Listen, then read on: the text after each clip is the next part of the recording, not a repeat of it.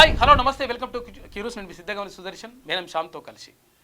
ఇక సెప్టెంబర్ 17 అంటే ఏంది, అసలు యాక్చువల్గా ఏం జరిగింది, ఆ రోజు ఏం జరిగింది, అంతకంటే ముందు ఏం జరిగింది, అసలు పోలీస్ చర్య అంటే ఏంటిది, ఆపరేషన్ పోలో ద్వారా ఏం చేసిండ్రు, అసలు తెలంగాణ నిజంగా తెలంగాణకు స్వాతంత్రం ఎప్పుడు వచ్చింది, దీనిపైన ప్రధానంగా చాలామందికి చాలా డౌట్లు ఉన్నాయి. అంటే చాలామందికి విషయాలు తెలుసు, కాకపోతే ఏంటంటే కొంతమందికి రకరకాల డౌట్లు ఉన్నాయి. తర్వాత ఇంకొకటి ఏంటంటే ఇక్కడ భారతదేశానికి 1947 సెప్టెంబర్ 15వ తేదీన స్వాతంత్రం వస్తే తెలంగాణ ప్రాంతానికి, అప్పుడున్నటువంటి తెలంగాణ ప్రాంతం అంటే హైదరాబాద్ సంస్థానానికి 1948 సెప్టెంబర్ 17న స్వాతంత్రం వచ్చినట్టుగా చరిత్రకారులు చెప్తున్నారు. ఎందుకు మరి 1947 ఆగస్టు 15న భారతదేశానికి స్వాతంత్రం వస్తే మరి భారతదేశంలో భాగమైనటువంటి తెలంగాణ ప్రాంతానికి అంటే హైదరాబాద్ సంస్థానానికి 1948 సెప్టెంబర్ 17 అంటే 17 తారీఖు నాడు ఎట్లా స్వాతంత్రం వచ్చిందని చెప్పి చాలామందికి డౌట్ ఉంటుంది. దీనిపైన ఒక్కొక్క పార్టీ ఒక్కొక్క విధానాన్ని తీసుకున్నది. భారతీయ జనతా పార్టీ అంటుంది ఇది విమోచన దినోత్సవం అని చెప్పేసి, ఇక్కడ విలీన దినం అని చెప్పేసి గతంలో కాంగ్రెస్ పార్టీ చెప్పింది. తర్వాత విద్రోహ దినం అని చెప్పేసి అక్కడ ఎంఐఎం, తర్వాత ఇక్కడ ఏది వామపక్షాలు అంటా ఉన్నాయి. లేదు దేశ సమైక్యతా దినం అని చెప్పేసి బీఆర్ఎస్ పార్టీ ప్రకటించింది. ఇప్పుడున్నటువంటి ప్రభుత్వం ప్రజాపాలన దినోత్సవం అని చెప్పేసి ఇప్పుడున్నటువంటి కాంగ్రెస్ ప్రభుత్వం చెప్తా ఉంది. అంటే ఏ ప్రభుత్వాలు వస్తే ఆ ప్రభుత్వాలు సెప్టెంబర్ 15 మార్చుకుంటా పోతా ఉంటే అసలు నిజమేంది, పేరును మార్చుకుంటా పోతా ఉన్నారు. అసలు నిజంగా సెప్టెంబర్ 17 అసలు కథ ఏంటి మనం చూసేటువంటి ప్రయత్నం చేద్దాం. ఇది విలీన దినమా, విమోచన దినమా, విద్రోహ దినమా, లేకపోతే సమైక్యతావాదమా, లేకపోతే ఇదంటే ప్రజాపాలన దినోత్సవమా, ఏది చేసుకోవాలి? మొత్తం మీద ఏది ఇక్కడ సెప్టెంబర్ 17కి సంబంధించి ఇక్కడ చాలా విషయాలు చెప్పుకోవాల్సిన అవసరం ఉన్నది.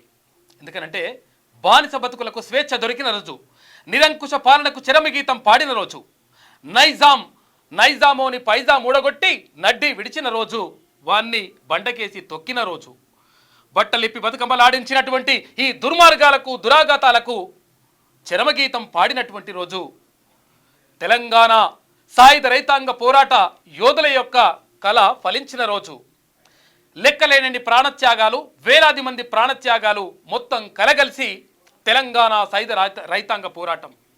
ఈ పోరాటంలో రజాకారులపై ఆనాటి రైతులు ఎవరైతే ఉన్నారో భూమి కోసం, భుక్తి కోసం, బానిస బతుకుల విముక్తి కోసం వాళ్ళు పోరాడినటువంటి పోరాటం అంతా కూడా అంటే చాకలి ఐలమ్మ కానీ, దొడ్డి కుమరయ్య కానీ ఇట్లా చాలామంది చేసినటువంటి పోరాటాలకు ఫలితంగానే ఆ తరువాత ఏది భారత హోంశాఖ మంత్రిగా ఉన్నటువంటి సర్దార్ వల్లభాయ్ పటేల్ తీసుకున్నటువంటి ఒక గొప్ప నిర్ణయం వల్ల తెలంగాణ రాష్ట్రానికి అంటే తెలంగాణ ప్రాంతానికి అప్పుడున్నటువంటి హైదరాబాద్ సంస్థానానికి విమోచనం లభించినటువంటి మాట వాస్తవం. ఇది విమోచనం అని చెప్పుకోవాలి. తెలంగాణ ప్రాంతానికి అంటే హైదరాబాద్ సంస్థానానికి స్వాతంత్ర దినోత్సవంగా జరుపుకోవాల్సినటువంటి రోజు. ఎందుకంటే ఎప్పుడు స్వాతంత్రం రాక పూర్వం అంటే ఇక్కడ రజాకర్ల యొక్క ఆగడాలు కొనసాగుతున్నటువంటి సమయంలో దాశరథి కృష్ణమాచార్యుల్ని తీసుకెళ్ళి అక్కడ నిజామాబాద్ జైల్లో పెట్టి ఇష్టం వచ్చినట్టుగా చిత్రహింసలు పెడతా ఉంటే అక్కడ ఉన్నటువంటి ఎవరు ప్రజల మనిషి వట్టికోట అల్వార్ స్వామిని అక్కడ చాలామంది అంటే చాలా రకరకాలుగా హింసించిండ్రు జైల్లో. ఎందుకనంటే దాశరథి కృష్ణమాచార్యులు రోజు ఆ జైల్లో ఉన్నటువంటి గోడల పైన రాసిండు, ఓ నిజాము పిచాశమా కానరాడు నిన్ను బోలిన రాజు మాకెన్నడేని తీగెలను తెంపి అగ్నిలో దింపినావు నా తెలంగాణ కోటి రత్నాల వీణ అని చెప్పేసి గర్జించిండు.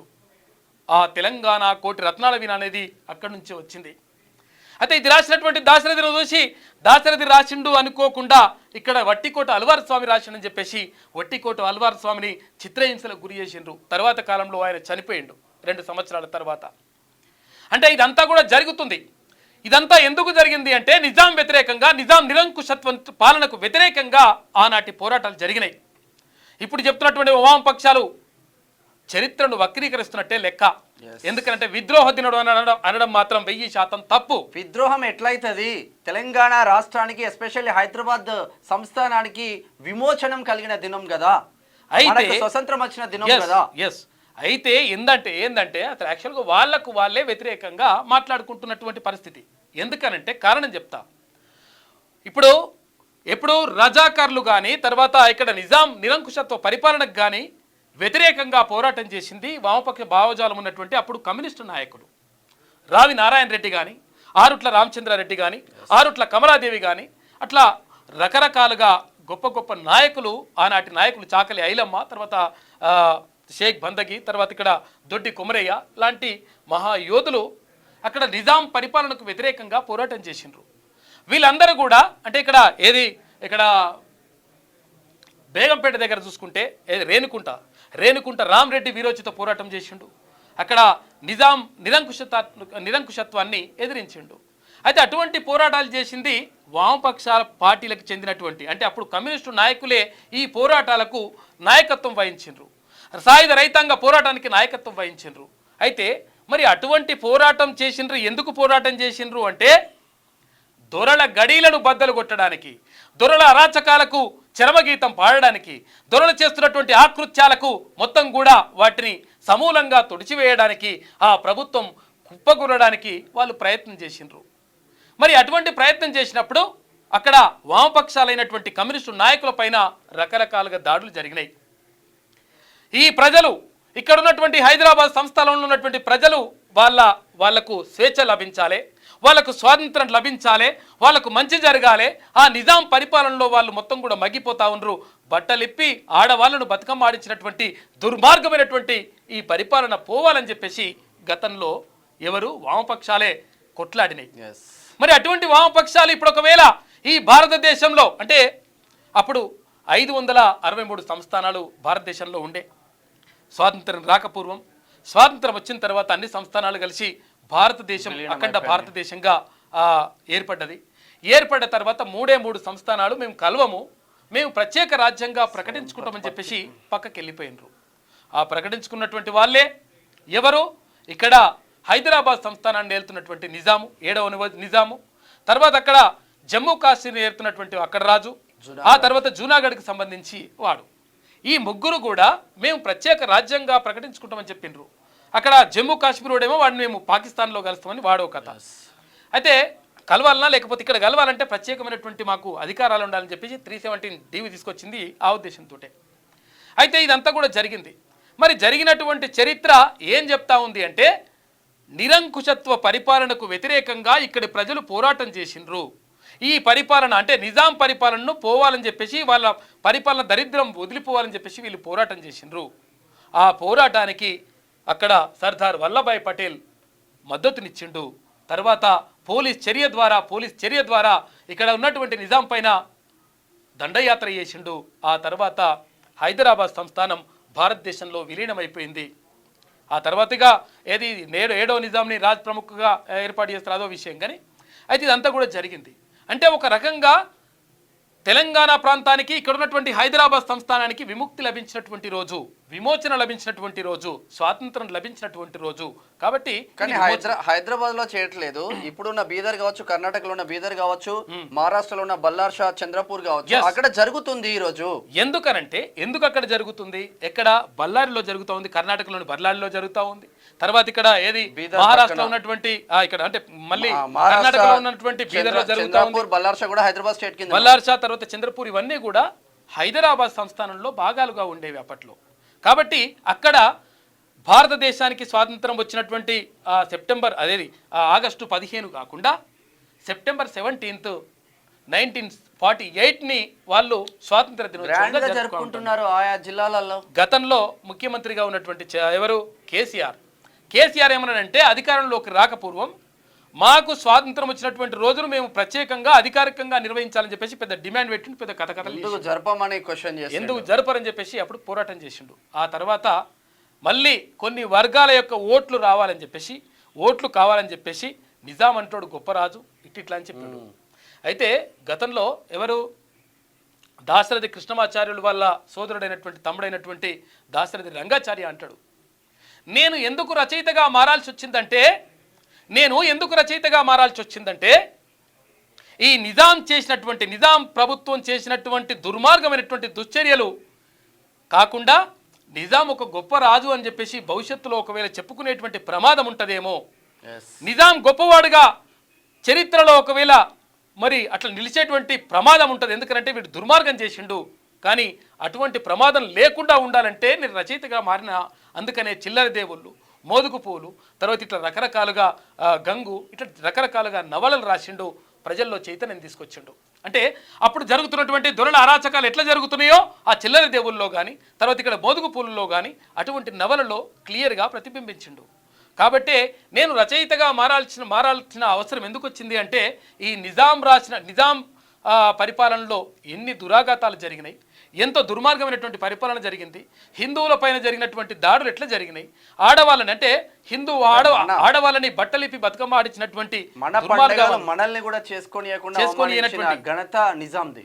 అటువంటి పరిస్థితులన్నీ కూడా ఒకవేళ చరిత్ర మళ్ళీ వక్రీకరించబడి నిజాం అనేటోడు గొప్పోడు అవుతాడేమో, అందుకని అటువంటి కావడానికి వీలు లేదు.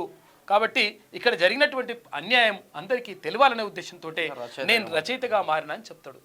కాబట్టి ఇది విమోచన దినమా, విలీన దినమా, విద్రోహ దినమా, లేదంటే సమైక్యతా దినమా, లేదంటే ఇక్కడ ప్రజాపాలన దినోత్సవమా అంటే ఇది ముమ్మాటికి విలీన దినంగా, విమోచన దినంగా మనం చెప్పుకోవాలి, లేదంటే స్వాతంత్ర దినోత్సవంగా చెప్పుకోవాలి.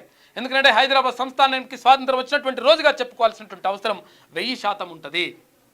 ఎందుకనంటే ఇక్కడ విలీనమా, తర్వాత విద్రోహమా, విమోచనమా అని అన్నారు. విమోచనమా అని చెప్పేసి ఇక్కడ ఏది భారతీయ జనతా పార్టీ చెప్తా ఉంది. కానీ ఇది ఒక రకంగా చెప్పాలంటే విమోచన దినోత్సవమే, ఒక రకంగా చెప్పాలంటే ఇది స్వాతంత్ర దినోత్సవమే. ఇంకో అది కాంగ్రెస్ పార్టీ ఏమన్నదంటే గతంలో విలీన దినం అన్నది. విలీన దినం అంటే అది కూడా ఒక రకంగా అంటే వాళ్ళ పాయింట్ ఆఫ్ వ్యూలో కరెక్ట్గానే ఉంటుంది. ఎందుకనంటే అప్పుడు ఉన్నటువంటి 563 సంస్థానాల్లో 560 సంస్థానాలు విలీనమైనవి. ఆ తర్వాత ఇంకొక 3 సంస్థానాలు మిగిలి ఉన్నాయి. అది పోలీస్ చర్య ద్వారా ఏది జవహర్లాల్ నెహ్రూ ప్రధానమంత్రిగా ఉన్నాడు, తర్వాత కేంద్ర హోంమంత్రిగా సర్దార్ వల్లభాయ్ పటేల్ ఉన్నాడు, ఆయన చేసిండు కాబట్టి విలీనం చేసిండ్రు. కాబట్టి ఇది విలీన దినం అని చెప్పేసి వాళ్ళు చెప్పిండ్రు. ఇక విద్రోహం, మనం ఇందాకనే చెప్పుకున్న విద్రోహం అని ఎంఐఎం అంటది, లేకపోతే విద్రోహం అని వామపక్షాలు అంటాయి. వామపక్షాలు ఒక్కసారి ఆత్మ పరిశీలన చేసుకోవాలి, వామపక్షాలు ఒక్కసారి పునరాలోచన చేసుకోవాలి. మీరు చేసినటువంటి పోరాటాలు ఎవరి పని చేసిండ్రు? స్వాతంత్రం రాకపూర్వం మీరు చేసినటువంటి పోరాటాలు ఎవరి పని చేసిండ్రు అంటే కేవలం నిరంకుశత్వ పరిపాలన పైన మీరు పోరాటం చేసిండ్రు. మరి మీ పోరాటం అంతా వృధాగా పోయినట్టేనా? ఇది విద్రోహం అంటే. ఒకవేళ మరి మంచి జరగలేదు అంటే నిజాం పరిపాలనని మీరు సమర్థిస్తున్నట్ట? ఒక్కసారి ఆత్మ పరిశీలన చేసుకుంటే మంచిగా ఉంటుంది. ఇది విద్రోహానికి సంబంధించి. ఇక తర్వాత ఇంకొకటి ఏంది, ప్రజాపాలన అంటున్నారు. అంతకుముందు ఇంకొకటి ఆయన సమైక్య దినోత్సవం అని చెప్పేసి, అంటే ఏం చేయాలని అర్థం కాక ఇట్లా ఈ 3 పెడితే బాగుండదని చెప్పేసి కొత్త తీసుకొస్తాడు కదా కాక, ఎవరు గతంలో ముఖ్యమంత్రిగా ఉన్న కేసీఆర్. కాబట్టి ఇక సమైక్యతా దినోత్సవం అని చెప్పేసి అదో కథ మొదలు పెట్టి ఎక్కడ సమైక్యత ఉంది, ఎక్కడ అది ఒక రకంగా రాంగే. కాకపోతే దాని కూడా ఆ తర్వాత ఇప్పుడున్నటువంటి ప్రభుత్వం, ఇప్పుడున్నటువంటి కాంగ్రెస్ ప్రభుత్వం ప్రజాపాలన దినోత్సవం అని చెప్తా ఉంది. ప్రజాపాలన దినోత్సవానికి మరి దీనికైతే సంబంధం లేదు. మరి ఒకవేళ ప్రజాపాలన ఏర్పడ్డది అంటే ఒక రకంగా వాళ్ళు ప్రజాస్వామ్యమైనటువంటి పరిపాలన ఏర్పడ్డదని చెప్తా ఉన్నారేమో. సరే, వాళ్ళ పాయింట్ ఆఫ్ వ్యూ అదే ఉండొచ్చు. ఇది ఈ 5 విషయాల సబ్జెక్ట్ అయితే సంబంధం లేదు, ఒక రకంగా సంబంధం లేదు. కాకపోతే అంటే ప్రజా పరిపాలన ఏర్పడ్డదని చెప్పేసి అట్లా అన్నారేమో, ఆ పాయింట్ ఆఫ్ వ్యూలో అన్నారేమో. ఏది ఏమైనప్పటికీ తెలంగాణ ప్రాంతానికి, ఇక్కడ ఉన్నటువంటి ప్రాంతానికి ఇది స్వాతంత్ర దినోత్సవంగా మనం చెప్పుకోవాల్సినటువంటి అవసరం 1000% ఉన్నది. అసలు సెప్టెంబర్ 17 ముందుకు అంటే సెప్టెంబర్ 11న, సెప్టెంబర్ 13న, సెప్టెంబర్ 17న ఇట్లా అంచెలంచెలుగా ఈ వారం రోజుల పాటు ఏం జరిగింది, అప్పుడు పోలీస్ చర్య ద్వారా ఎట్లా ఏం జూన్ నుంచి మొదలైతే సెప్టెంబర్ వరకు ఏం జరిగిందో ఒకసారి చూసే ప్రయత్నం. అయితే గతంలో ఈయన ఏం చేసిండంటే, ఎవరు అక్కడ నిజాం ఉన్నాడు కదా, నిజాం ఏం చేసిండంటే ఐక్యరాజ్య సమితి దగ్గరికి వెళ్ళిండు. ఐక్యరాజ్య సమితి దగ్గరికి వెళ్ళి నా దేశం, నా రాజ్యం ఉన్నది, హైదరాబాద్ అనేటువంటి సంస్థానం నా రాజ్యం ఉన్నది, నా రాజ్యాన్ని ఎట్టి పరిస్థితుల్లో నేను భారతదేశంలో కలపడానికి నేను ఇష్టం లేదు, కాబట్టి నా రాజ్యాన్ని రక్షించండి, నా సంస్థానాన్ని రక్షించండి అని చెప్పేసి ఐక్యరాజ్య సమితి దగ్గర కూడా పోయిండు మనోడు. పోతే అట్లా కాదురా బాబు ఇట్లా అయితే అందుకని ఏం చెప్పిండ్రంటే అసలు యాక్చువల్గా ఇది మిలిటరీ చర్య అని చెప్పుదురు. అసలు యాక్చువల్గా దీని పేరు మిలిటరీ చర్య అని, మిలిటరీ చర్య ద్వారా భారతదేశంలో ఇక్కడ హైదరాబాద్ సంస్థానాన్ని విలీనం చేసినామని చెప్పుకునేటువంటి అవకాశం ఉండే. కాకపోతే మిలిటరీ అంటే ఏంది, మిలిటరీ అంటే వేరే దేశం వాడు ఉంటే వేరే దేశం వాడిని కొట్టడానికి ఉపయోగించేది మిలిటరీ. అయితే మిలిటరీ అంటే అట్లా ప్రాబ్లం అవుతుందేమని చెప్పేసి పోలీస్ చర్య. పోలీసులు అంటే ఎవరు ఉంటారు, దేశంలో అంతర్భాగంగా దేశంలో లోపల గొడవలు జరిగితే దాన్ని సద్దుమనగడానికి, దాన్ని శాంతి భద్రతను పరిరక్షించడానికి చేసేది పోలీస్ చర్య. కాబట్టి దానికి టెక్నికల్గా మంచిగా వచ్చేటట్టుగా పోలీస్ చర్య ఆపరేషన్ పోలో అని ఆపరేషన్ పోలో అని చెప్పేసి పోలీస్ చర్య అని చెప్పేసి అట్లా పెట్టడం ద్వారా ఏమైందంటే మా దేశంలో అంతర్గతంగా అది జరుగుతుంది కాబట్టి దాని సమస్య అంటే దాన్ని మనము ఒక సానుకూలమైనటువంటి పరిష్కారం చూపించాలి కాబట్టి లోపల చేసేసామని చెప్పడానికి ఈ పోలీస్ చర్య అని చేపట్టినరు. ఇక మనం దానిలో ఇంకా పూర్తి వివరాలు ఏమున్నాయో చూసేటువంటి ప్రయత్నం చేద్దాం. దిశ పత్రిక ఒక ప్రత్యేక కథనం అందించింది దీనిపైన. సెప్టెంబర్ 17 హిస్టరీ, ఆనాడు అసలు ఏం జరిగింది, ఈ అంశంపై సుప్రీంకోర్టు స్పందన ఏంటి, 1950లో ఎన్నికలు లేకుండా ఐసీఎస్ అధికారి వెల్లోడికి సీఎం బాధ్యతలు, 1952లో ఎన్నికల తర్వాత సీఎంగా బూర్గుల, చనిపోయే వరకు రాజ్ ప్రముఖ నిజాం ఎందుకున్నాడు, అసలు ఇది ఐరాసాను నిజాం ఏం కోరిండు అసలు ఇది విమోచనమా, విలీనమా, విద్రోహమా, సమైక్యతమా, ప్రజాపాలన మాట్లాడుకుందాం. అసలు స్టోరీ చూద్దాం అసలు ఏం జరిగిందో. సెప్టెంబర్ 17 తెలంగాణ చరిత్రలో ఎప్పుడు వివాదాస్పదమే. విలీనం, విమోచనం, విద్రోహం, సమైక్యత ఇలాంటి అనేక పదాలు వినిపిస్తూ ఉంటాయి. 1948 సెప్టెంబర్ 17న నిజాం నవాబు భారత ప్రభుత్వానికి లొంగిపోయారా? హైదరాబాద్ రాష్ట్రాన్ని భారత యూనియన్లో విలీనం చేశారా? కేవలం తన సైన్యాన్ని మాత్రమే అప్పగించారా? 1950 జనవరి 26 వరకు హైదరాబాద్ రాష్ట్రం భారత్లో అంతర్భాగమే కాదని సుప్రీంకోర్టు ఎందుకు వ్యాఖ్యానించింది?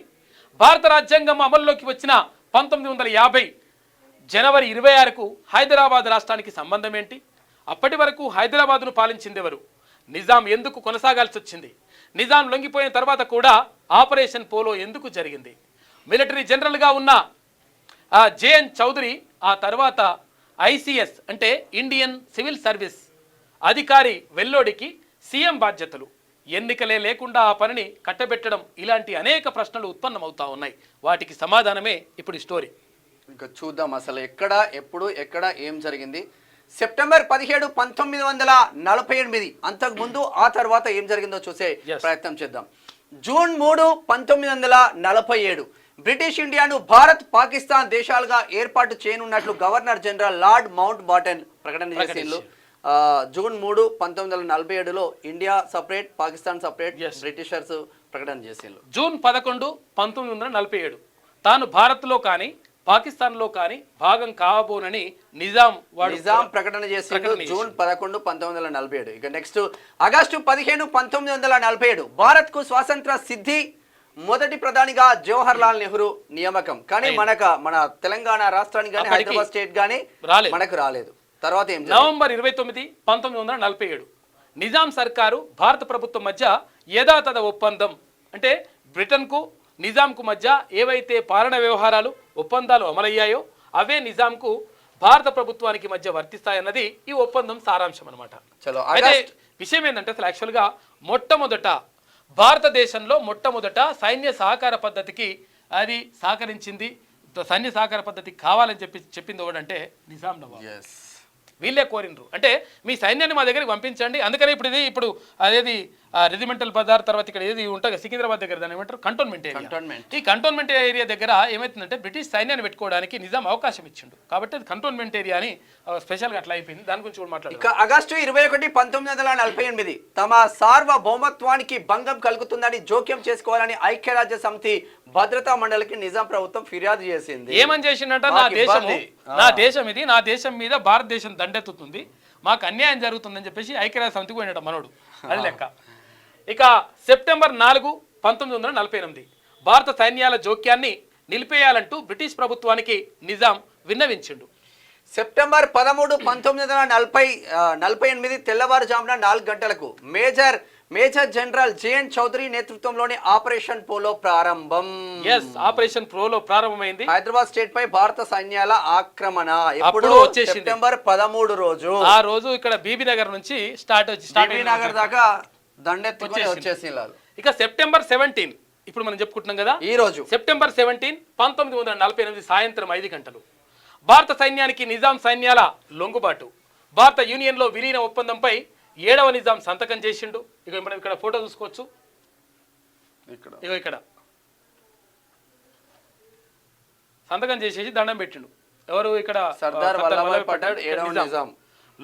లొంగుబాటు తర్వాత హైదరాబాద్కు వచ్చిన అప్పటి హోంమంత్రి సర్దార్ వల్లభాయ్ పటేల్కు వంగి నమస్కరిస్తున్న నిజాం ఫైల్ ఫోటో ఇది. ఓకే, పైకి ఏం జరిగింది ఆయన పైకి ఆ, ఏం జరిగిందా ఇలా భారత సైన్యానికి నిజాం సైన్యాల లొంగుబాటు, భారత యూనియన్లో విలీన ఒప్పందంపై 7వ నిజాం సంతకం చేసిండు, హైదరాబాద్ ప్రభుత్వ రాజీనామా, ఇక నిజాం సలహా మేరకు భారత ప్రభుత్వం తరఫున మిలిటరీ గవర్నర్గా చౌదరిని నియామకం చేసిండ్రు. ఇక జనవరి 26, 1950 అధికారికంగా భారత యూనియన్లో హైదరాబాద్ స్టేట్ విలీనం, భారత రాజ్యాంగం అమల్లోకి, నిజాం పాలనకు చరమగీతం, ముఖ్యమంత్రిగా ఎంకే వెల్లోడి, రాజప్రముఖ 7వ నిజాం నియామకం. రాజప్రముఖగా ఉండాలని చెప్పేసి రిక్వెస్ట్ చేస్తే సరే తీరాబాయి నువ్వు సత్యదాకా అట్లనే ఉండు అని చెప్పేసి ఆయనను కొనసాగించారు. ఎవరిని? నిజాంని. ఇక మార్చి 6, 1952 హైదరాబాద్ అసెంబ్లీకి జరిగిన ఎన్నికల్లో కాంగ్రెస్ గెలుపు. ఇక ముఖ్యమంత్రిగా బూరుగుల రామకృష్ణారావు ప్రమాణ స్వీకారం చేసిండు. హైదరాబాద్ మొట్టమొదటి ముఖ్యమంత్రి బూరుగుల రామకృష్ణారావు. ఎప్పుడు? 1952 మార్చి 6. మొట్టమొదటి సార్వత్రిక ఎన్నికలు భారతదేశంలో జరిగిన ఎప్పుడు అంటే అప్పుడే 1952 ఏది మార్చి 6వ తేదీన. ఇక నవంబర్ 1, 1956 రాష్ట్రాల పునర్వ్యవస్థీకరణ చట్టంలో భాగంగా మద్రాసు రాష్ట్రం నుంచి విడివడిన ఆంధ్ర రాష్ట్రంలో హైదరాబాద్ రాష్ట్రంలోని తెలంగాణ విలీనమైంది. ఆంధ్రప్రదేశ్ అవతరణ. అయితే ఇక్కడ భాషా ప్రయుక్త రాష్ట్రాల అంశం తెరపైకి తీసుకొచ్చింది. అంటే అసలు యాక్చువల్గా 1952లో బూరుగుల రామకృష్ణారావు మన రాష్ట్రానికి అంటే హైదరాబాద్ రాష్ట్రానికి అంటే ఇప్పుడు తెలంగాణ రాష్ట్రం లేకుండా ఇప్పుడు హైదరాబాద్ రాష్ట్రానికి ముఖ్యమంత్రిగా ఉన్నాడు. అయితే వాళ్ళు ఏమన్నారంటే అప్పుడు మద్రాసు కింద ఇక్కడ ఆంధ్ర రాష్ట్రం ఉండే, ఆంధ్ర ఇప్పుడు ఉన్నటువంటి ఆంధ్ర ఏదైతే ఉందో అది మద్రాసు రాష్ట్రం కింద ఉండే. అయితే ఈ మద్రాసు పరిపాలన కింద ఉంటే మద్రాసులో అంటే మద్రాసు అంటే ఇప్పుడు చెన్నై అంటున్నారు దాన్ని, తనకు కాకపోతే తమిళనాడు మద్రాసు రాష్ట్రం అనేది అప్పుడు. అయితే ఆ మద్రాసు రాష్ట్రం కింద ఉంటే అక్కడ ఉన్నటువంటి అరువోళ్ళు అంటే తమిళులు, ఈ తమిళులు మొత్తం కూడా డామినేట్ చేస్తున్నారు, మమ్మల్ని రెండో పరువులు కూడా చూస్తలేరు, కాబట్టి మాకు అన్యాయం జరుగుతుంది అని చెప్పేసి పొట్టి శ్రీరాములు అప్పుడు ఆమరణ నిరాదీక్ష చేసిన తర్వాత ఎట్టి పరిస్థితుల్లో ఇక్కడ అంటే మాకు సొంత రాష్ట్రం ప్రత్యేక రాష్ట్రం కావాలని చెప్పేసి ఆయన పోరాటం చేసిండు. తర్వాత చివరికి ప్రాణాలు కూడా వదిలేసిండు. ఆ తర్వాత ఏది 1956 నవంబర్ 1న ఇది ఆంధ్ర రాష్ట్రం ప్రత్యేక రాష్ట్రంగా ఆవిర్భవించింది. అంటే మద్రాసు నుంచి విడిపోయి ఆంధ్ర రాష్ట్రం ప్రత్యేక అంటే అప్పుడు ఆంధ్ర రాష్ట్రం తర్వాత మద్రాసు అంటే తమిళులు కలిసే ఉండే. అయితే కలిసే ఉంటే మేము వాళ్ళతో పడలేము, వాళ్ళతో మేము గొడవద్దని చెప్పేసి ఆంధ్ర రాష్ట్రం ప్రత్యేక రాష్ట్రంగా అంటే అప్పుడు భాషా ప్రయుక్త రాష్ట్రాలుగా ఏర్పడినటువంటి మొట్టమొదటి రాష్ట్రాల్లో అక్కడ ఏది ఒడిశా, తర్వాత ఏది రాజస్థాన్, తర్వాత ఇక్కడ ఆంధ్ర రాష్ట్రం ఆంధ్రప్రదేశ్ ఏర్పడ్డాయి. ఇది ఇట్లా ఉంటే ఇక జూన్ 2, 2014 ప్రత్యేక రాష్ట్రంగా తెలంగాణ ఏర్పాటు, ముఖ్యమంత్రిగా కేసీఆర్ ప్రమాణ స్వీకారం చేసింది. అందరికీ తెలిసిన విషయం ఉన్నది కదా. ఇగో ఇది ఇట్లా జరిగిపోయినటువంటి విషయం. అంతే, ఇంకేం మరిన్ని కథనాలు ఉన్నాయట లోపల పేజీల్లో ఫోటో. రైట్. అయితే ఏమైంది ఇక్కడ సెప్టెంబర్ వివాదంలో సెప్టెంబర్ 17 వెళ్ళిపోయింది.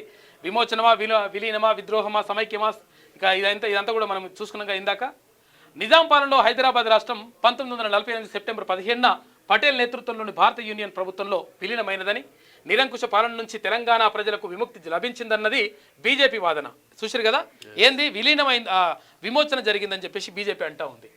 ఇక స్వతంత్ర భారత్లో అంతర్భాగంగా మారిందనేది టీఆర్ఎస్ వాదన. అంటే అందుకని సమైక్యత భారత సమైక్యత దినోత్సవం అని చెప్పేసి ఆయన చెప్తా ఉన్నారు. ఇక మజ్లిస్ పార్టీల వాదన అంటే టీఆర్ఎస్ మజ్లిస్ పార్టీల వాదన. ఇక సాయుధ తెలంగాణ పోరాటానికి నాయకత్వం వహించిన కమ్యూనిస్టులను గద్దెనెక్కనివ్వకుండా పటేల్ చేసిన విద్రోహం అనేది వామపక్ష పార్టీల వాదన. అదే ఇప్పుడు పోటీ పడి మరీ ఆ పార్టీలు వాటి నేతృత్వంలోని ప్రభుత్వాలు వేరువేరు పేర్లతో విడివిడిగా ఉత్సవాలు నిర్వహిస్తున్నాయి. 7.5 దశాబ్దాలుగా లేని వేడుకలు ఈసారి ఉనికిలోకి రావడంతో ఆ రోజు ముందు తర్వాత ఏం జరిగిందో ఇవన్నీ కూడా పరిశీలించేట్టుద్దాం. ఇది ఇట్లా ఉంటే యాక్చువల్లీ మిలిటరీ పాలనీలో హైదరాబాద్ స్టేట్ ఎందుకు ఉన్నదో ఒకసారి చూసే ప్రయత్నం చేద్దాం. 1948 సెప్టెంబర్ 17న నిజాం నవాబు సైన్యం భారత సైన్యానికి పరోక్షంగా లొంగిపోవడం, ప్రధాని సహా మొత్తం మంత్రివర్గం రద్దు కావడంతో భారత యూనియన్లో హైదరాబాద్ స్టేట్ లాంఛనంగా విలీనమైనట్లయింది. హైదరాబాద్ రాష్ట్రానికి చెందిన దక్కన్ రేడియోలో నిజాం నవాబు తన ప్రజలను ఉద్దేశించి ప్రసంగించారు. ఇక ఎంత మాత్రం స్వతంత్ర దేశంగా కొనసాగడం సాధ్యం కాదనే సందేశాన్ని ఇచ్చారు. ఆ వెంటనే major general J N Chaudhary military జనరల్గా బాధ్యతలు అప్పజెప్పారు పటేల్. అదే సమయంలో భద్రతా మండలిలో వేసిన పిటిషన్ను ఉపసంహరించుకున్నట్లు సమాచారం ఇచ్చారు. భద్రతా మండలిలో మరింత జాప్యం జరిగితే అది సంక్లిష్టంగా మారుతుందన్న ఉద్దేశంతోనే పటేల్ సైనిక చర్యకే చొరవ తీసుకున్నట్లు చరిత్రకారుల వాదన. హైదరాబాద్ రాష్ట్రంలో 1948 సెప్టెంబర్ 17న భారత్ యూనియన్ ఆధీనంలోకి వచ్చిన నిజాం నవాబు మాత్రం రాజ్ ప్రముఖ్ గా కొనసాగారు. మిలిటరీ జనరల్ చౌదరి నేతృత్వంలో సైనిక పాలనలో కొనసాగింది. జిల్లా అడ్మినిస్ట్రేటివ్ అధికారులు అంటే కలెక్టర్లు ఇప్పుడు కలెక్టర్లు ఎస్పీలు సహా కీలకమైన వ్యక్తులందరినీ మార్చాల్సిన పరిస్థితి ఏర్పడ్డాయి. దీంతో పొరుగు రాష్ట్రాల నుంచి అధికారులను తరలించింది కేంద్ర ప్రభుత్వం. నిజాం పాలనలోని పోలీసులు చాలా మంది ఉద్యోగాలు వదిలి వెళ్ళిపోయారు. దాదాపు 8 నెలల పాటు మిలిటరీ పాలన సాగిన హైదరాబాద్ రాష్ట్రానికి ఐసీఎస్ అధికారిగా ఉన్న వెల్లోడిని ముఖ్యమంత్రిగా నియమించింది. రాజ్యాంగము లేదు, వెల్లోడిని ముఖ్యమంత్రిగా నియమించారు మొట్టమొదట. ఏది ఇప్పుడు ఇది విలీనం చేసిన తర్వాత విమోచన జరిగిన తర్వాత ఆ తర్వాత 1952 ఎలక్షన్స్ అయిన తర్వాత ఇక రాజ్ ప్రముఖ్ గా 1950 జనవరి నుంచి అంటే ఒక రకంగా రాష్ట్రపతి లెక్కనట్టుగా అంటే ఒక ఉండదు వాస్తవంగా. ఇక లొంగిపోయి కేంద్ర హోంమంత్రి పటేల్ దూతగా ఏజెంట్ జనరల్ వచ్చి మున్షీ ద్వారా నిజాం నవాబు సందేశం పంపిన మరుసటి రోజు సెప్టెంబర్ 18న మేజర్ జనరల్ చౌదరి సమక్షంలో హైదరాబాద్ స్టేట్ ఆర్మీ లొంగిపోయింది. ఆ వెంటనే చౌదరి మిలిటరీ జనరల్గా నియమితులై హైదరాబాద్ పరిపాలనను తన అధీనంలోకి తీసుకున్నారు. రాజ్ ప్రముఖ్గా నిజాం నవాబు కొనసాగుతున్న ఉత్తర ప్రత్యుత్తరాలన్నీ ఢిల్లీ నుంచే నడుస్తున్నాయి. ఆ తర్వాత ముఖ్యమంత్రిగా వెల్లోడి వచ్చిన 1950 జనవరి 26 నుంచి మాత్రమే లాంఛనంగా భారత్లో విలీనమైన అయినట్లయింది. అయితే పటేల్ చొరవతో భారత ఆర్మీ హైదరాబాద్లోకి చొచ్చుకురావడం, నిజాం సైన్యం నిరసించడం, ఆ తర్వాత నిజాం నవాబు భారత ఏజెంట్ జనరల్ కేఎం మున్షీ ద్వారా పటేల్కు సమాచారం పంపడం, భారత ఆర్మీని హైదరాబాద్ రాష్ట్ర పరిధిలోకి రావడానికి నవాబు సమ్మతి తెలియజేయడం, భారత రాజ్యాంగమే హైదరాబాద్ స్టేట్కు కూడా రాజ్యాంగంగా వర్తింపజేయడానికి అంగీకారం తెలియజేయడం, ఇవన్నీ లాంఛనంగా భారత్లో అంతర్భాగమైనందున అయినడానికి నిదర్శనం. విలీనం, విమోచనం, విద్రోహం, జాతీయ సమైక్యత లాంటివి ఇలా ఉన్న హైదరాబాద్ మొదట ఐక్యరాజ్య సమితి వరకు, హైకోర్టు నుంచి సుప్రీంకోర్టు వరకు, నిజాం నుంచి పటేల్ వరకు జరిగిన చారిత్రక ఘట్టాలు మనం ఒక్కసారి చూసుకుంటే కెప్టెన్ లింగాల పాండురంగారెడ్డి గుర్జా రైఫిల్ ఇన్ఫోల్ట్రీ ఆర్మీ అప్పుడు నేను రజాకార్నే అని రజాకర్ల ఆకృత్యాల గురించి ఒక్కొక్కరు ఒక్కో కామెంట్ చేస్తారు. వాస్తవంగా దానికి వాలంటీర్ అనే అర్థం. అంటే నిజాం చివరి రోజుల్లో ఆయనకు తెలియకుండానే కాసిం రజ్వీ, లియాజ్ అలీ స్వతంత్రంగా నిర్ణయాలు తీసుకున్నారు. సెప్టెంబర్ 17 వరకు ఎలాంటి చారిత్రక ప్రాధాన్యత లేదు. వాస్తవంగా భారత్లో హైదరాబాద్ స్టేట్ అంతర్భాగమైంది 1950 జనవరి 26 నుంచే. అందుకే సెప్టెంబర్ 17 విమోచన కాదు, విలీనము కాదు, విద్రోహము కాదు, కేవలం ఆ రోజును 3 నిర్ణయాలు జరిగాయి. అందులో ఒకటి హైదరాబాద్ స్టేట్ను ఆధీనంలోకి తీసుకోవడానికి భారత యూనియన్ తీవ్రంగా ప్రయత్నిస్తూ ఉండడమే అని చెప్పేసి అని చెప్తా ఉన్నారు. ఇదే ఓవరాల్గా ఇక భారత్లో అంతర్భాగం కాదు అని చెప్పేసి సుప్రీంకోర్టు అన్నది. తర్వాత 1950 తర్వాత 26 తర్వాత భారత్లో అంతర్భాగమైనట్టుగా సుప్రీంకోర్టు చెప్పింది.